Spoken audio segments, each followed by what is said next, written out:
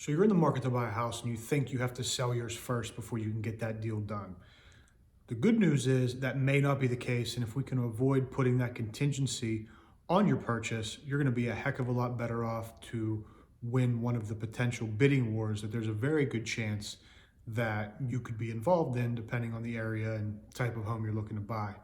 Right now with inventory at such a low, and so many people fighting over the same house, a lot of times if you have that sale and settlement contingency, which for anybody that doesn't know, basically means that for you to buy and close on your new home, you would have to sell and close on your previous home.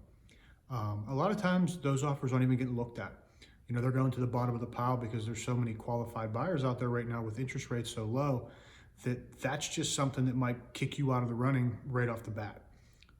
Also, if you can squeak it through and get a seller to accept that, a lot of times you're going to pay a premium for that house that you may not have had to have paid if you didn't have that contingency on it. You sometimes see people overpay, over to what, potentially market value would be, just because they have no other option if they really love that house.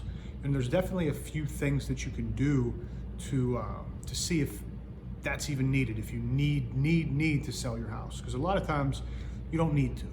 A lot of people like to because it obviously makes the finances a little bit easier.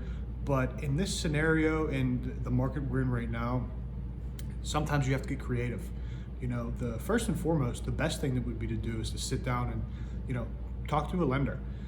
Get your pre-approval process started on your new purchase before you even entertain putting your house on the market. At least at that point, you know where you're at, and you could potentially be a lot stronger of a buyer than you thought you were. And there's also some creative options that you can do. If it's a down payment issue where you would be taking the equity out of your previous home to put down on your new house, you can take out a short-term loan on a 401k and repay it right back after closing on the old house.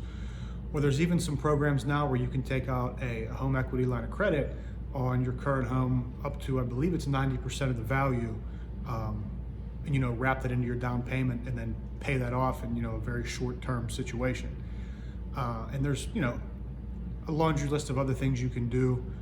That's obviously not my wheelhouse, but I would be more than happy to get you in touch with one of our lenders that could go over those programs with you.